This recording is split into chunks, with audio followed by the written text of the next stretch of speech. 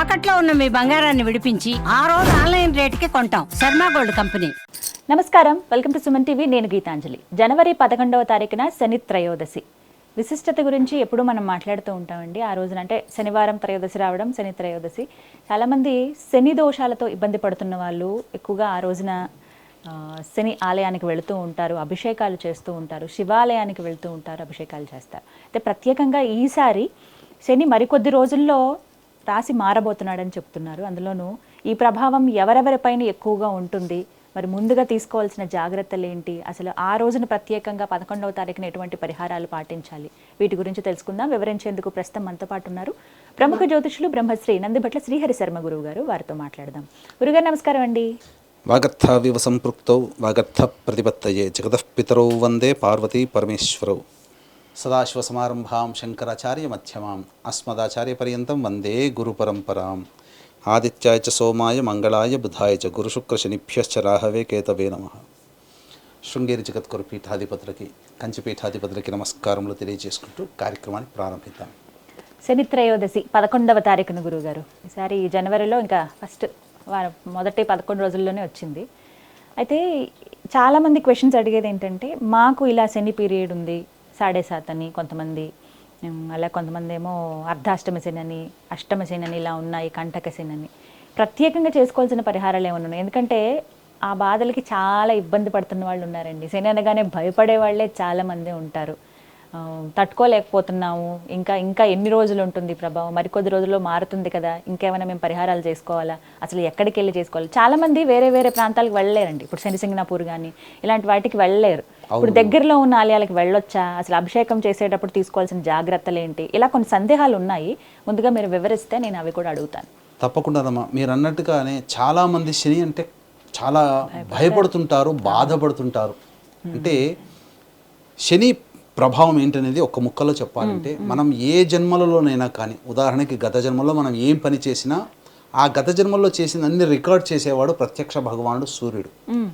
ఆ సూర్యుని దగ్గర నుంచి మనం ఈ జన్మలలో, గత జన్మలో మనం మంచి చేసుకుని ఉంటే పుణ్య ఫలితం ఈ జన్మలో అనుభవిస్తాం. పాప ఫలితం, పాపం చేసుకుంటే పాప ఫలితం. అన్నీ కూడా శని ప్రభావం సందర్భంగా ఉన్నప్పుడు, గత జన్మ పుణ్యవశాత్తు స్వర్గీయ నందమూరి తారక రామారావు గారు ఈ ఏలిన నాడు శని ప్రభావం ఉన్నప్పుడే పార్టీ పెట్టడం, అద్భుతం సృష్టించి 9 నెలల్లోనే ముఖ్యమంత్రి అయ్యారు. ఇది శని ప్రభావం ఉన్నప్పుడు ఇది జరుగుతుందంటే ఎవరైనా నమ్మగలుగుతారా? మరి శని పుణ్యాన్ని కూడా ప్రసాదించాడు అక్కడ. కాబట్టి కేవలం కష్టాలనే కాదు, అందున కష్టాలు అనుభవిస్తున్నాడంటే ఈ కష్టపడుతున్నామంటే గత జన్మ పాప ఫలితం పోతుందనే కదా మనం కష్టపడుతుంది. ఆ విధంగా కష్టాన్ని ఇష్టంగా చేసుకోవాలి. అయితే ఎవరైతే శని భగవానుణ్ణి చక్కగా ఆయనకి ఇష్టమైనటువంటి పర్వదినం రోజున ఎవరైతే నిజాయితీగా అర్చిస్తారో, అనగా పూజ కానీ, అభిషేకం కానీ, హోమం కానీ, లేకపోతే అర్చన కానీ, ఎవరైతే శనికి ప్రీతికరంగా కొన్ని పనులు నిజాయితీగా చేస్తారో శని బాధ పెట్టాడు. ఉదాహరణకి ఇప్పుడు బాస్ ఉంటాడమ్మా, ఆ బాస్ మన మీద కోప్పడితే సందర్భాలు కూడా ఉంటాయి. కానీ ఆ బాస్ని మనం ఎప్పుడు ప్రసన్నం చేసుకుంటూ ఉంటే ఆ కోప్పడే సందర్భాలు ఉన్నప్పుడు మనల్ని ఎక్స్క్యూజ్ చేస్తాడు కదా, అంత కష్టపెట్టకుండా మందలించి వదిలిపెడతాడు కదా బాస్. అలాగే మనకు గత జన్మ కర్మదోషాలకి మన బాస్ శని భగవానుడు. అతన్ని అవకాశం వచ్చినప్పుడల్లా అతన్ని అర్చిస్తే, అతను కష్టపెట్టేటువంటి సందర్భం వచ్చినప్పుడు మనల్ని తక్కువగా ఇబ్బందులతో మనం బయటపడతాము. కాబట్టి ఈ యొక్క శని త్రయోదశి 11వ తారీఖు రోజున ఉన్నటువంటిది ప్రత్యేకమైనటువంటిదమ్మా. ఎందుకు ప్రత్యేకం కూడా తెలియచేస్తాను. ధనుర్మాసంలో వస్తుంది. సాక్షాత్తు శని భగవానుడు ఎవరు? విష్ణు భగవానుడి తోడలుడు. కాబట్టి ఆ విష్ణు సంబంధమైనటువంటి ధనుర్మాసంలో వచ్చే శని త్రయోదశి అద్భుతమైన, కష్టాల్ని తీర్చేవాడు విష్ణు భగవానుడు అయితే కష్టాలు పెట్టేవాడు శని భగవానుడు. అట్టి శని భగవాను యొక్క కష్టాల నుంచి ఆ యొక్క ధనుర్మాసంలో మనం కొన్ని నియమాలు పాటించడం ద్వారా మంచి జరుగుతుంది. ఇక మీరు అన్నట్టుగా ఏ రాశిలో వారికి ఉంటుంది. ఎందుకంటే ఈ 2025వ సంవత్సరంలో రాహుకేతులు, గురువు, శని అందరూ మారిపోతున్నారు.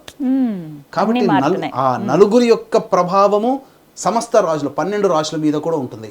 ఇప్పుడు చాలా మంది ఏంటంటే, ఇప్పుడు శని ప్రభావం నడుస్తున్నటువంటి సందర్భంగా కుంభరాశిలో సంచారం చేస్తున్నాడు కాబట్టి వృషభ, మిథున, కర్కాటక, సింహ, తుల, వృశ్చిక, మకర, కుంభ, మీన రాశిలో వాళ్ళకి శని ప్రభావం ఇక పోతుంది అనుకునేటువంటి వాళ్ళకి ఇప్పటి వరకు వృశ్చిక రాశి వారికి అర్ధాష్టమ శని, అమ్మ అర్ధాష్టమ శని ఈ సంవత్సరంతో పోతుంది అనుకుంటారు. కర్కాటక రాశి వారు అష్టమ శని, ఇక అష్టమ శని పోయిందని అనుకుంటుంటారు. ఇక మకర రాశి వారికి ఏలిన నాడు శని, ఈ దెబ్బతో ఈ సంవత్సరం పోతుందని అనుకుంటారు. కానీ ఈ యొక్క సంబంధించినటువంటి వాళ్ళకి మళ్ళీ జూలై 8వ తారీఖు రోజున మళ్ళీ వక్రగతి ప్రారంభం అవుతుంది. కాబట్టి 12 రాశుల వారికి కూడా ఇబ్బంది పడుతుంది. ఎందుకనంటే ఇప్పుడు మార్చి 29వ తారీఖు రోజున శనివారం మారుతున్నారు కుంభం నుంచి మీనంలోకి. అక్కడ జూలై 8 వరకు సాధారణంగా రుజు మార్గంలో ప్రయాణం చేస్తూ జూలై 8వ తారీఖు నుంచి వక్రగతి పొందుతాడు. పొంది సెప్టెంబర్ వరకు ఉంటాడు. ఆ ప్రభావం ఎలా ఉంటుందండి? జూలై నుంచి సెప్టెంబర్ వరకు, ఆగస్టు సెప్టెంబర్ జూలై 8 3 నెలల ప్రభావము మళ్ళీ కుంభరాశిలో ఫలితాలనే ఇస్తాడు. వృశ్చిక రాశి వారికి పోయింది ఇబ్బందులు అని అనుకునేడానికి లేదు. మళ్ళీ ఆ 3 నెలలు అర్ధాష్టమ శని ప్రభావం అక్టోబర్ వరకు 4 నెలలమ్మా. కాబట్టి కర్కాటక రాశి వారికి అష్టమ శని మళ్ళీ జూలై 8 నుంచి 4 నెలలు ఉన్నట్టే. మళ్ళీ మకర రాశి వారికి ఏలిన నాడు శని, వృషభ రాశి వారికి కంటక శని దోషము అనేటువంటిది మళ్ళీ కలుగుతుంది ఆ 4 నెలలు. మళ్ళీ అక్టోబర్ తర్వాత మళ్ళీ వక్రగతి నుంచి మళ్ళీ మార్పు చెందుతాడు, రుజు మార్గంలోకి వస్తాడు. కాబట్టి ఇదంతా కూడా 12 రాశుల వారికి కూడాను శని ప్రభావము ఉండి తీరుతుంది. కాబట్టి ఈ ఒక్క రాశికి పోతుంది అనేది లేదమ్మా. కొత్తగా వచ్చేటువంటి రాశులు ఏంటి? మేషరాశికి ఏలినాటి శని ప్రభావం స్టార్ట్ అవుతుంది. మిథున రాశి వారికి కంటక శని ప్రభావం తోడవుతుంది. సింహరాశి వారికి అష్టమ శని దోష ప్రభావం ఉంటుంది. కర్కాటక రాశి వారికి యోగ శని ప్రభావము, కన్యా రాశి వారికి దాంపత్య శని ప్రభావము, అలాగే ధనుస్సు రాశి వారికి అర్ధాష్టమ శని కొత్తగా వస్తుంది. కొత్తగా చేరే రాశులు ఏంటి? మేషము, మిథునము, సింహము, ధనుస్సు. ఈ కొత్తగా శని ప్రభావానికి గురవుతాయి. మళ్ళీ ఈ యొక్క వక్రగతి ప్రభావం చేత జూలై 8వ తారీఖు నుంచి అక్టోబర్ వరకు కూడా మళ్ళీ కుంభరాశి యొక్క ఫలితాన్ని ఇస్తాడు. కుంభరాశిలో గత 2.5 సంవత్సరాలు ఉన్నాడు. గత 2.5 సంవత్సరాలుగా అర్ధాష్టమ శనితో వృశ్చిక రాశి వారు, అష్టమ శనితో కర్కాటక రాశి వారు, వృషభ రాశి వారు కంటక శని ప్రభావం ఇవన్నీ ఎట్లయితే పొందారో మళ్ళీ యాజ్ యూజువల్గా 4 నెలల పాటు పొందుతారు. మళ్ళీ తర్వాత అక్టోబర్ తర్వాత మళ్ళీ కొన్ని రాష్ట్రాల వారికి. కాబట్టి ఒక రకంగా చెప్పాలంటే ఈ సంవత్సరం అంతా సమానముగా అన్ని రాశులు ఈ యొక్క శని ప్రభావానికి గురవుతున్నాయి. మార్చి 29 నుంచి వచ్చే సంవత్సరం మార్చి వరకు. ఈ విధంగా మరి ఇంతకీ ఎటువంటి పరిహారాలు చేసుకోవాలండి? మరి ఈ విధంగా ఉంటే ప్రసన్నం చేసుకోవాలి శని భగవాన్. తప్పకుండానమ్మా. శని భగవాన్ అవకాశం వచ్చిన అందున ధనుర్మాసంలో వచ్చే శని త్రయోదశి చాలా ప్రాశస్తమైనది. మీకు గనక గుర్తుంటే మనం 2023 సంవత్సరంలో కార్యక్రమం చేసాం. ఆ 23 సంవత్సరంలో కూడా సంక్రాంతి కంటే ముందు రోజు త్రయోదశి తిథి వచ్చింది, అంటే ధనుర్మాసంలో వచ్చింది. చాలా విశేషమైనటువంటిది. ఇప్పుడు 11వ తారీఖైన గురువు గారు 11వ తారీఖు 10 ఏకాదశి అనుకున్నాం కదా. 10 ఏకాదశి, ద్వాదశి త్రయోదశి 2 రోజులు. ఏకాదశి ఉదయం 8 గంటల 9 గంటల చిల్లర వరకు ఉంది. 10వ తారీఖు ద్వాదశి వస్తుంది. అక్కడే చెప్పబోతున్నది ప్రత్యేకత ఏంటనేది. 11వ తారీఖు ద్వాదశి ఉదయం 8 గంటల 20 నిమిషాల వరకు ఉంది. తదనంతరం త్రయోదశి తిథి వస్తుంది. మనకు శని త్రయోదశి అంటే ప్రదోష కాలంలో త్రయోదశి ఉన్న తిథినే చాలా గొప్పగా చెప్పవచ్చు. సూర్యోదయానికి ఉన్నా పర్వాలేదు, కానీ ప్రదోష కాలంతో ఉన్నటువంటి త్రయోదశి శనివారము శని పర్వదినంగా చెప్పవచ్చు. కాబట్టి 8 గంటల 20 నిమిషాల నుంచి ప్రారంభమైనటువంటి త్రయోదశి తిథి ఉంటుంది. మళ్ళీ 12వ తారీఖు వరకు ఉంటుంది. కాకపోతే రోహిణీ నక్షత్రం 12-29 వరకే ఉంది. రోహిణీ నక్షత్రంలో చంద్రుడు ఉంటాడు, అంటే వృషభ రాశిలో చంద్రుడు ఉంటాడు. దానికి కేంద్ర స్థానము కుంభరాశిలో శని భగవానుడు ఉంటాడు. ఆ సందర్భంగా చేసుకునేటువంటి ఆ 8:22 నుంచి 12:29 మధ్యకాలంలో శని దేవునికి సంబంధించినటువంటిది, అనగా చక్కగా త్రయోదశి పుణ్యకాలం 8:30కు వస్తుంది. కాబట్టి 8:30-9 గంటలకల్లా శివాలయానికి చేరుకొని, నవగ్రహాలు ఉంటాయి కాబట్టి నవగ్రహాల చుట్టూ శివాయ నమః, అలాగే మర్రి చెట్టు ఉన్నా మర్రి చెట్టు చుట్టూ ప్రదక్షిణ చేయవచ్చు. లేదా జమ్మి చెట్టు చాలా ప్రాశస్తం. శివాయ నమః అంటూ 27 ప్రదక్షిణలు చేసి ఆ యొక్క 8:30 నుంచి 12:30 మధ్య కాలంలో అభిషేకము ఆ శని భగవానుని దగ్గర ఎదురుగా మట్టి ప్రమిద కానీ ఇనుప ప్రమిద కానీ పెట్టి ఒక నల్లటి బట్టను మనం కొద్దిగా కత్తిరించుకొని ఒత్తిలాగా చేసుకుని నల్ల నువ్వుల నూనె వేసి దీపారాధన చేసి స్వచ్ఛమైనటువంటి నల్ల నువ్వుల నూనెతో అభిషేకం చేసుకోవాలి. మనమైనా చేయొచ్చు, బ్రాహ్మణు ద్వారానే చేయొచ్చు. మనం చేసుకునేటట్టయితే ఓం శనైశ్చరాయ నమః, శనైశ్వరాయ అనుకోదు, శనైశ్చరాయ నమః, లేదా మనము శివాయ నమః అనుకుంటూ కూడా ఆ ఈశ్వరునికి శనైశ్వరుడికి అభిషేకం జరిపించి 8 నువ్వుల లడ్డూలు నైవేద్యంగా పెట్టాలి. ఆ తదనంతరం 1:15 నుంచి 2:15 మధ్య కాలంలో శనిహోర ఉంటుంది. ఆ శనిహోరలో శని ఎవరి శరీరంలో ఉంటాడంటే పెద్దవాళ్ళు, ముసలివారు, వృద్ధులు, శారీరక మానసిక వికలాంగులకి సహాయం చేస్తే శని చాలా సంతోషిస్తాడు. పారిశుద్ధ్య కార్మికులు వాళ్ళలో కూడా ఉంటాడు. కాబట్టి ఈ యొక్క అనాథలకి కానీ, ఆశ్రమాలకు కానీ, వృద్ధాశ్రమంలో కానీ మానసిక శారీరక వికలాంగులు ఉన్నటువంటి వాళ్ళ దగ్గరికి వెళ్ళి వాళ్ళకి తినే పదార్థాలు, పండ్లు, ఇతర పదార్థాలు పంచవచ్చు. పారిశుద్ధ్య కార్మికులకి వాళ్ళకి వంట సామాగ్రి కొనిచ్చినా పర్వాలేదు, లేదా కనీసము శక్తి లేని వాళ్ళు 10 రూపాయలు ఇచ్చి ఛాయ్ తాగమనిచ్చినా చాలు. ఆ యొక్క 1:15 నుంచి 2:15 మధ్య కాలంలో చేయాలి. తదనంతరం ప్రదోషకాల సమయం వస్తుంది కదమ్మా. ఈ ప్రదోషకాల సమయంలో కూడా ఉదయం పూట నవగ్రహాల్లో శనైశ్వరుడికి చేశారు. సాయంకాలం 5:27 ఎంతో ఆ విధంగా సూర్యాస్తమయం అవుతుంది. అప్పుడు దానికంటే ముందు 45 నిమిషాలు అనగా 4:30కి చేరుకొని శివాలయంలో, దేవాలయం కాకుండా బాహ్య దేవాలయం అనేటువంటిది ఉంటుంది. ఆ బాహ్య శివాలయంలో ఆ ఈశ్వరుడికి నువ్వుల నూనెతో అభిషేకం జరిపించితే చాలా విశేషం. ఆ విధంగా అభిషేకం జరిపించినట్లయితే శని దోషం చాలా మటుకు తొలగిపోతుంది. అట్లాగే వీక్షించేటువంటి ప్రేక్షకులు కూడా ఈ యొక్క శని త్రయోదశి సందర్భంగా జనవరి 11వ తారీఖు రోజున శ్రీశైల క్షేత్రంలో 12 రాశులు ప్రభావితమైతే చెప్పుకున్నాం కాబట్టి 12 రాశుల వారికి శనిదోషం నివారణ హోమాలు, గత జన్మ కర్మదోష నివారణ హోమాలు, వివాహము, దాంపత్యానికి సంబంధించి 18 రకాల హోమాది కార్యక్రమాలు పర్ హెడ్ 1500 రూపాయలకి చేయించడం జరుగుతుంది.